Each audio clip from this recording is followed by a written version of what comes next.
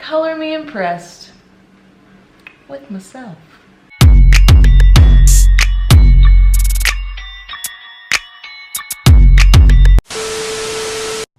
So I somehow managed to film this video without an intro, so welcome back to my channel. For today's video, I will be doing my very first DIY watercolor wig. I just picked up some lightener from the beauty supply store. Picked up a couple packs just in case I don't know what I'm doing. Got my 20 developer. And we are going to be using 2 different dyes today to really try to bring out this red that I'm looking for. And of course we have just our cheapy little container and brushes. And our wig, as you can see, has very little knotting on the inside. I might bleach the parts here, but that's the inside of her. She's already been cut. So I'm just gonna start with one of the containers for now. I'm not measuring or anything like that. I'm simply pouring it in till I get the consistency that I want. I may or may not be a little bit high from these fumes right now. Wow. I'm not gonna mix the color with it. I'm actually gonna do the colors separately. So I'm gonna dye her, or I'm gonna bleach it first and then apply the color.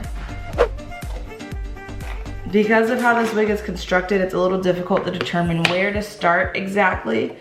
I'm just gonna try to find where like the natural sections are in the wig and go section by section, flipping over those tracks.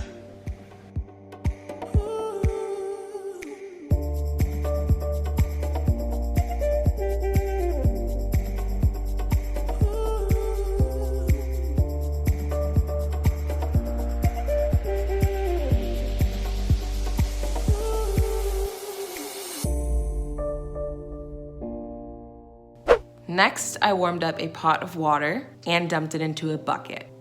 Make sure that your water is not too hot for your bucket or your bucket will melt.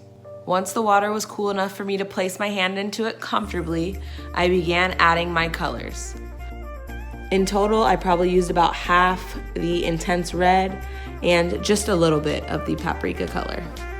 Once my colors were mixed, I took a small section of my hair to test out the color. I was a little bit worried because, as you could see, the hair didn't get quite as light as I was hoping it would get, but it seems like we're gonna be in business. Time to dump this baby in.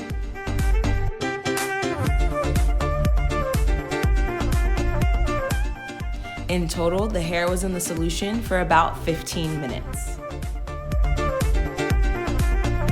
As you can see, the color turned out pretty nicely. It's actually appearing a little more like purple on camera than it is to my eye when I'm looking at it here, but overall, I like the color. I was actually gonna buy a wig that was a similar color to this, and I'm glad I didn't. I would say for my first job dyeing a wig, I did pretty decently. We experienced a little bit of shedding, but overall, she's maintained her integrity here.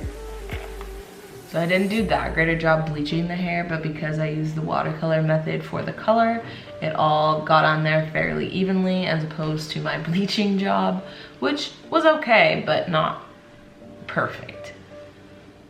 And this watercolor method really hides those imperfections. I'll let this dry a little bit, wash it out with some conditioner, style it, and show you guys the final result. Okay, so this is it, you guys. I didn't glue the wig on just because I wasn't sure if I was gonna wear her to work. I tried to add some foundation in here, and I'm gonna have to go in with some powder. But generally speaking, she's on, she's secured. I do have a wig cap on just because I wanted to protect my hair underneath, and I thought it would help my hair lay down better because I suck at braiding my hair. So I didn't actually braid it. It's in like these twists right now. I'll show you guys the back.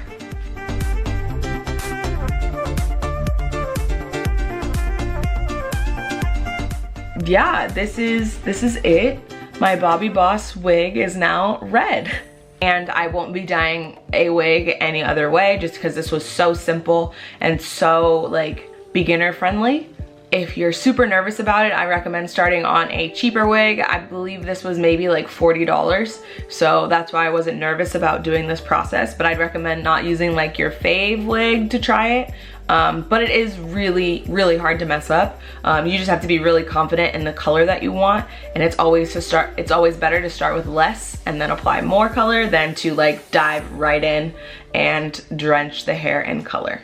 If you enjoyed this video, you probably also enjoy my Bobbi Boss wig review of this hair, because I didn't talk too much about like her density or like how well she straightens or curls or any of that. I have that in another video, which I'll link on the screen. And if you enjoyed this video, go ahead and give it a like, and don't forget to hit that subscribe button down below so that you don't miss out on any other content as I post new videos weekly.